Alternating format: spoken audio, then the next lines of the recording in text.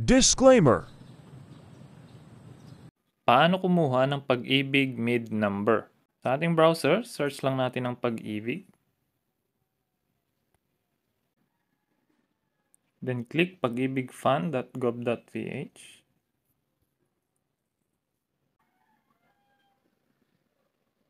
Next is membership registration. Dito ilagay lang natin ang ating last name, first name, and middle name. Then ang ating date of birth. Kung wala naman kayong middle name, lagyan lang ng check itong no middle name. Then enter lang natin ang CAPTCHA code. Dito pwede namang small letter. So ilagay na natin. Then click submit. So dito makikita na natin na nakalagay na ang ating pangalan. So dito sa baba, nakalagay is member's name as appearing in the birth certificate. Kung ano yung nakalagay na pangalan sa ating birth certificate, yun ang ilalagay natin dito. Pero kung wala namang pinagbago, check lang natin tong check if same as above.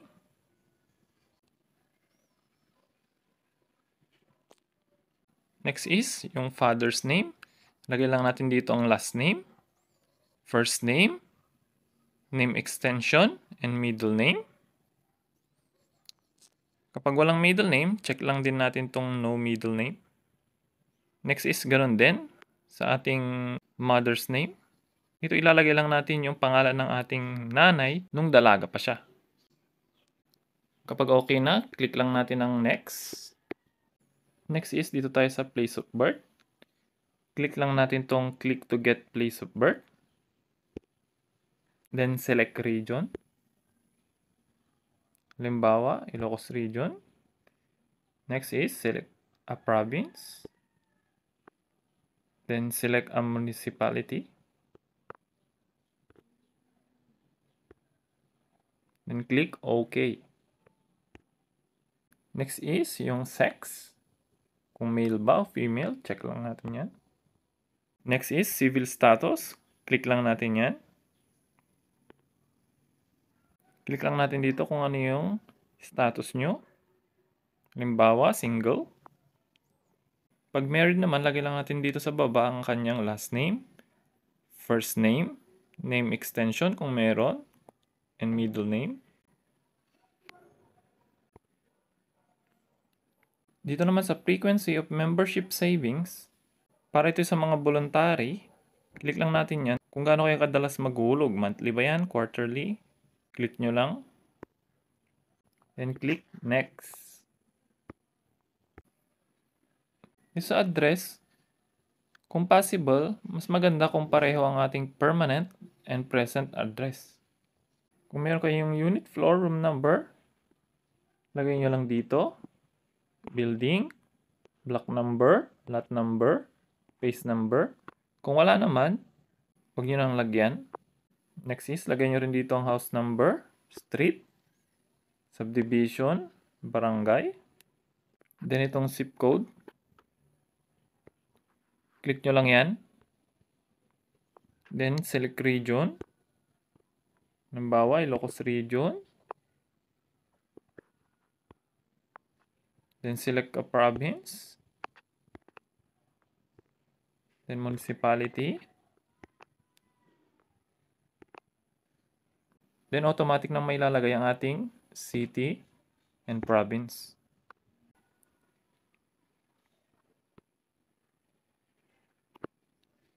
Dito naman sa present address, kung wala namang pinagbago sa taas, lagyan lang natin ng check itong check if same as above.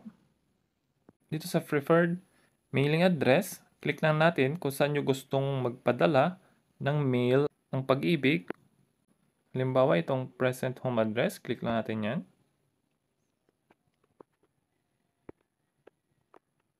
Then hit next.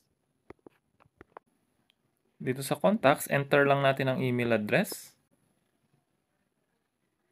Then kung may telepono kayo sa bahay, enter nyo lang dito.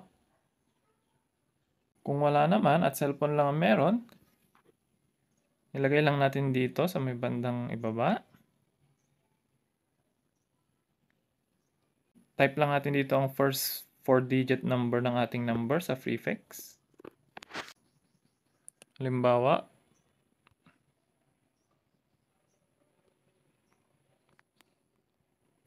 then next, dito yung remaining number.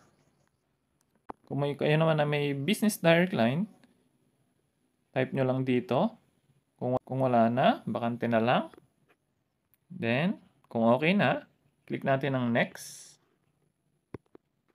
Dito sa heirs, ito yung parang beneficiary na kung saan siya yung magki-claim ng ating P1 and P2 kung sakaring mayroong nangyari sa member ng di inaasahan.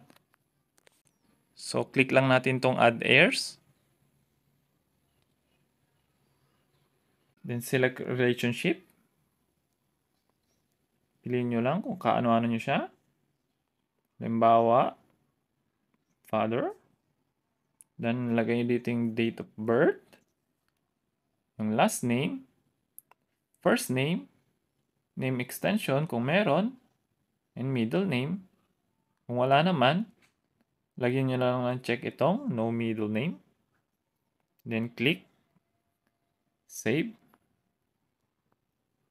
Pag okay na, click lang natin ang next. Next is member category. Select lang natin kung ano. Click lang natin kung employed private ba, employed government, or voluntary. Halimbawa, itong non-working spouse. Then click next. Dito, kung meron kayong mga employer, lagay nyo lang dito. Click nyo lang itong add employment detail. Kung wala naman, click na natin ang next. So dito sa summary, bago nyo i-click itong submit registration, pwede nating balikan yung mga finil upan natin. Gaya ng members info para i-double check kung tama ba lahat para sure.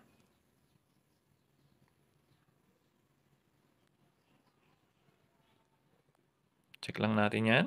Other info. Address. Contacts. Heirs. Member category.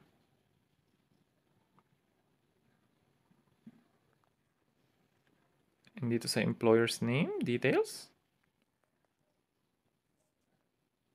Kung okay na lahat, click lang natin itong submit registration.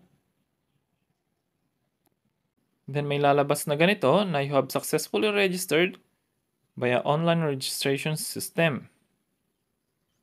Do not forget to print the members data form by clicking the print MDF button below. So huwag nyo kakalimutan yun guys. Kasi doon nakalagay yung ating RTN or registration tracking number. Na kung saan, gagamitin natin yun para ma-verify ang ating Pag-ibig mid number after 2 days. Mula nung nag-open tayo ng Pag-ibig account. Nakalagay dito sa baba, you can verify your permanent Pag-ibig ID number by clicking here and provide your RTN, last name, and birth date. Minsan dito nagkakaroon ng problema na kapag kinlik nila yung MDF or members data form, walang lumilitaw. Kaya ang kaso, hindi nila alam kung ano yung RTN nila. So kung ganun ang nangyari sa inyo, meron naman tayong video dito sa ating channel on how to retrieve Pag-ibig mid number. Lalagay ko na lang sa description. Panoorin nyo na lang kung sakaling ganun nangyari sa inyo. Kung meron naman kayong RTN, meron din tayong video niyan kung paano i-verify ang ating Pag-ibig mid number. Lagay ko na rin sa description. Panoorin nyo na lang.